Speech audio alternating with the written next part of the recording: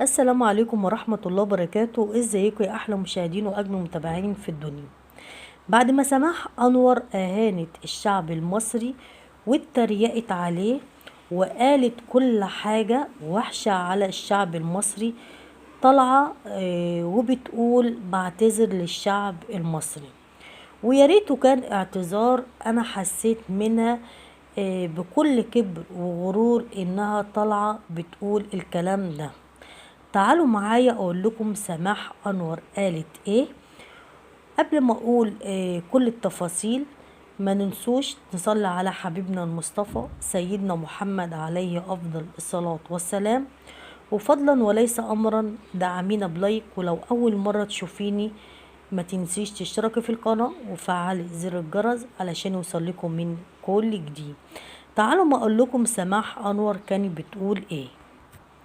نشرت سماح أنور مقطع فيديو خلال تواجدها في مسرح نقابة المهن التمثيلية، وكان معاها الدكتور أشرف زكي.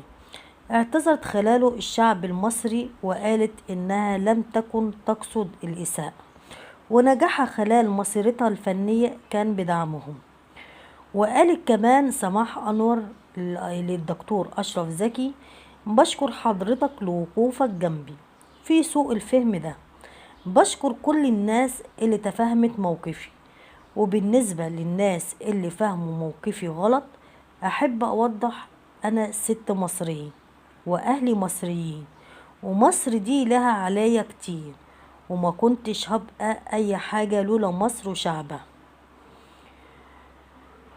وقالت كمان إنها كان عندها مشكلة شخصية تخص والدي ووالدتي، وعملت بث مباشر وكنت منفعلة تجاه الناس اللي سبب المشكلة، والموضوع اتفسر بشكل غلط. أحب أقول جملة واحدة بس لمصر: مصر وشعب مصر خط أحمر. طبعا سماح أنور طالعة تقول الكلام ده. أنا حسيت منها اللي هي طالعة بتقول الكلام ده مش طبعا عشان تعتذر للشعب المصري ولا اي حاجة. هي كانت طالعة بس يعني في مقطع فيديو كده مع الدكتور اشرف زكي.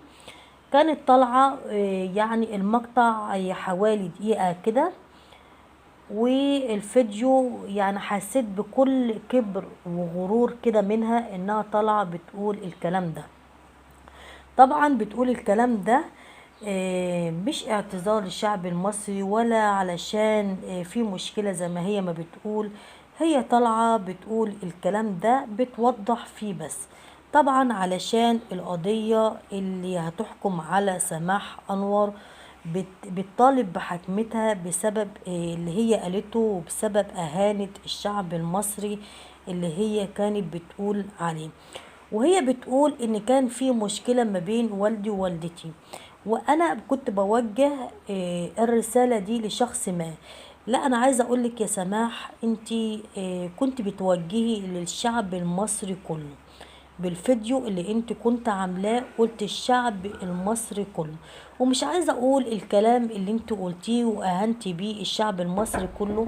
طبعا الكلام طبعا كلكم حضراتكم شفتوا الفيديو اللي هي كانت بتهين الشعب المصري. طبعا مواقع التواصل الاجتماعي كله كان بيتكلم على الفنانة سماح أنور اللي هي بتهين الشعب، وكلكم شفتم الكلام السيء اللي هي كانت بتقوله. فلما لقيت بقى ان المواقع كلها بتتكلم عليها والناس كلها بيقول يعني بيغلطوا في اللي هي قالته، وما ينفعش الكلام اللي هي قالته وبتقوله علني، والناس كلها في جميع الدول طبعا بيشوفوا الكلام بتاعها اللي هي اهانت شعب مصري اللي الفضل كبير جدا عليها، اللي هو الشعب المصري اللي عمل لها قيمة وعمل لها حاجة كبيرة قوي. في الاخر طالعة بتهين الشعب المصري وبتقوله علني، والناس كلها من جميع البلاد كلهم كانوا بيشوفوا الكلام والإهانة للشعب المصري.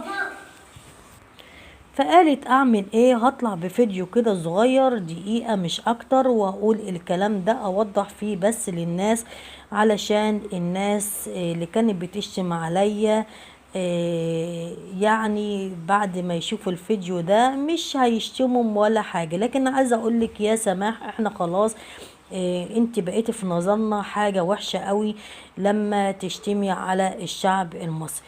وطبعا انت يعني طالعة علشان القضية اللي هتتحكم عليكي، بتطالب